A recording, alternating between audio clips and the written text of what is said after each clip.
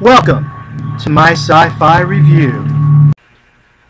Hard science fiction, jazz, western in space. What does that make you think of?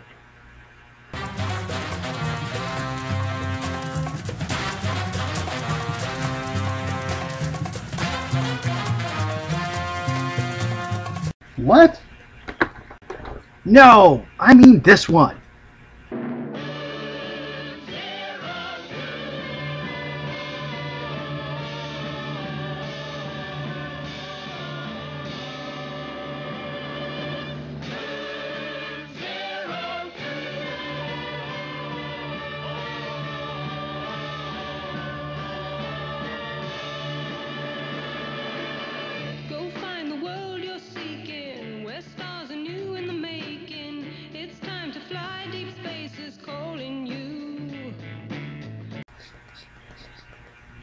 Oh, hi, yeah. Let's talk a little bit about hard science fiction before we get to the movie. Now, as you know, science fiction is usually when there's a setting that's, well, using science. It's either future or alternate universe, or some technological marvel that's changed everything. Hard science fiction usually means that the science is actually part of the plot. You can't actually take it out of the movie. For example, you could turn the Seven Samurai into Magnificent Seven, and into Battle Beyond the Stars, and into A Bug's Life. But what can you do with a black hole if you take the black hole out? Greek mythology? Maybe. Let's talk a little bit about the background. Now, the Apollo missions were happening during this time period. And when 2001 came out, a whole bunch of people decided also to get into the bandwagon. They made Marooned in Space and Moon 02. And you can see they tried to be as realistic as possible. The Moon Ferry, for example, is an upgraded lunar landing module. They also had spacesuits. Two types, actually. This one was meant for spacewalks, and there's another one that's for the moon surface. This, once again, reflects the hard science in the hard science fiction film. For example, the moon buggy also looks suspiciously like something NASA was making at the time. Form follows function. Hey, now let's talk a little bit about the characters. Our hero, the pilot and captain of Moon 02, and yes, you'll be seeing him with that drink a lot. He is independent, he is free-thinking, and he doesn't do well with authority. After you.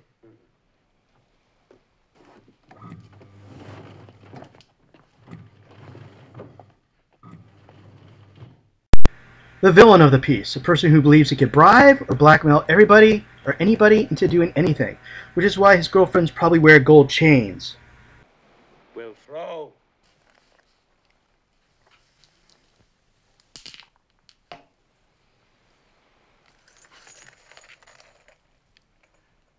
Community chest. Go to jail. Move directly to jail. Enter the main female character. Wait for it. Clementine. Yeah, she's a daughter of a miner and a sister of a miner, and she brings in a subplot that actually does weave into the rest of the plot. But she's not the only hammer girl in the film.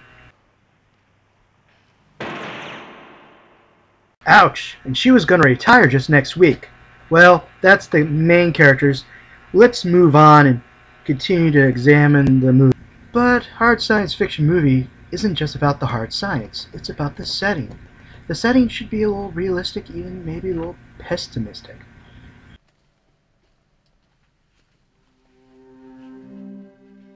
Otto? Otto got killed? A couple of days ago. How? Retro engines failed on landing. That's what I heard. Went straight in. Crunch. They had to put that thing outside where people could read it. Passengers wouldn't like it. Would worry them. I suppose so. Death and taxes. Oh, that reminds me. Watch this. Regulations are perfectly clear on this point.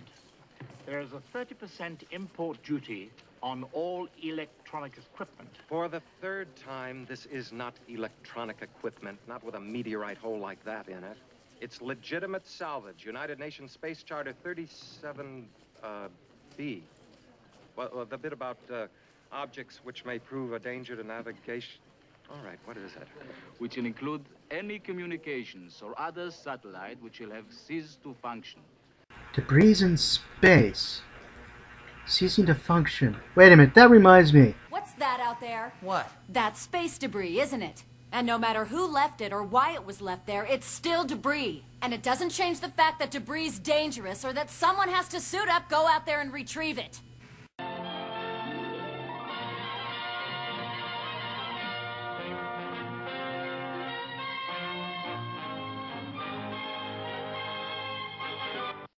Wouldn't some hot buttered popcorn hit the spot right now? Extra fluffy, extra big kernels of it popped to perfection, then drenched with the golden goodness of pure sweet creamery butter. Can't you just taste it? We heat the container extra high, but you better buy 2 more for the rest of the family. Piping hot, golden buttered popcorn at the refreshment center right now. Now, let's talk about the Hammer Girl. No, not this kind of hammer. This kind of hammer. The girls in the Hammer production films. Hey! Miss Pitt is probably the best example of a Hammer Girl, and you may have seen her in other things like Doctor Who episodes. She's dangerous, she's beautiful, she's smart, and without her, the plot wouldn't even exist. Another example. My DVD with Moon 02 came with another film, When Dinosaurs Ruled the Earth, one of the many films that Hammer made about the prehistoric fantasy age kind of thing. The main character is also the female character, Playboy playmate in real life. She's independent, she hunts for herself, most of the time she's actually on her own, and everybody responds to her, all the events are focused on her. You take her out of the film, there is no film. Comparing them to James Bond girls like many people do is just not accurate. There are many times they are the main character. They're the main villain, they're the main female hero, and you take them out of the film, there's no way to rewrite anything, there's no way to redirect it, there's no way in post-production to save the film. Now, for some fun facts. Fun fact number 1. Both 2001 and Moon 02 show Pam Am having flights to the moon. They also actually have other things that they share. Let's look at this clip from Moon 02 and look closely at the food containers. Good. It gives me time to finish my dinner. Phew, that really does taste like iron filings. You wouldn't be trying to poison me, my dear, would you? I didn't think of that. I wonder if I could bottle the taste of caviar. You're crazy. Did you know that? For trying to bottle the taste of caviar? For trying... Really? Mine tastes more like butterscotch. Now, let's look at this clip of 2001. Remembering that 2001 was before Moon 02.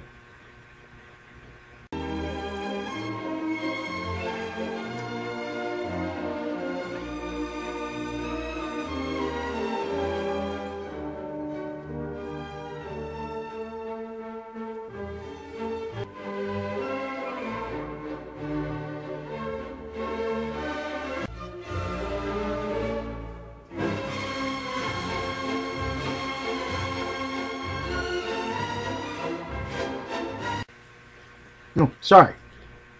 As you can see, Moon 02 didn't just borrow the concept of the containers from 2001.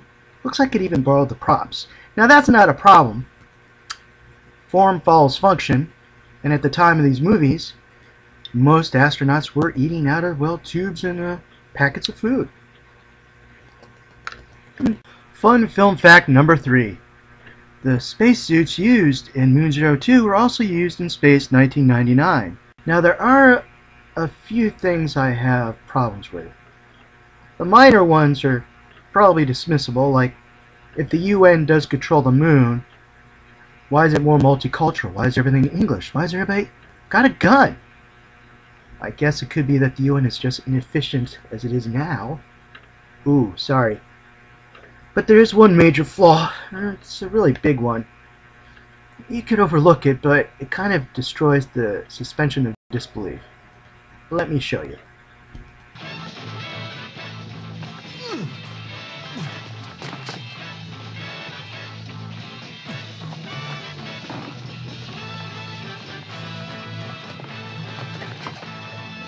If we're gonna play,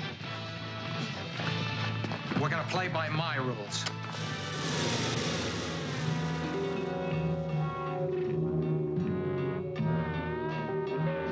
No, it's not the horrible fashion or the fact that there's girls dressed like Indians. That's the whole Western thing already. We've already talked about that. It's the fact that certain things in sci-fi are kind of considered impossible, like faster than light speed or artificial gravity. So when you have those, you usually have them in the background, in the setting. You don't try to draw attention to them, and you try to make them look a little realistic. You show, you don't tell.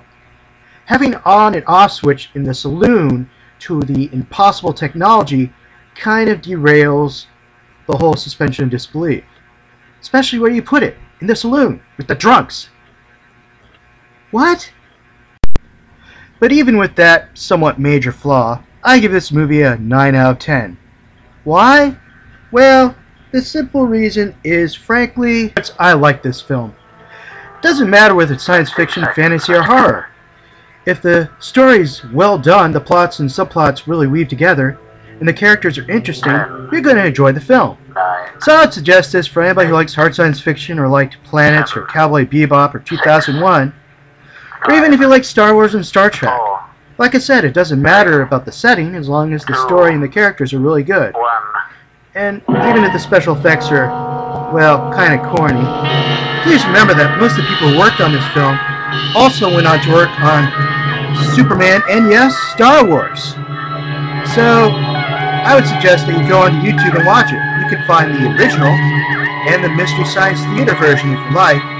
Then you can see such wonderful scenes and special effects as, well, this. 5 seconds to get free.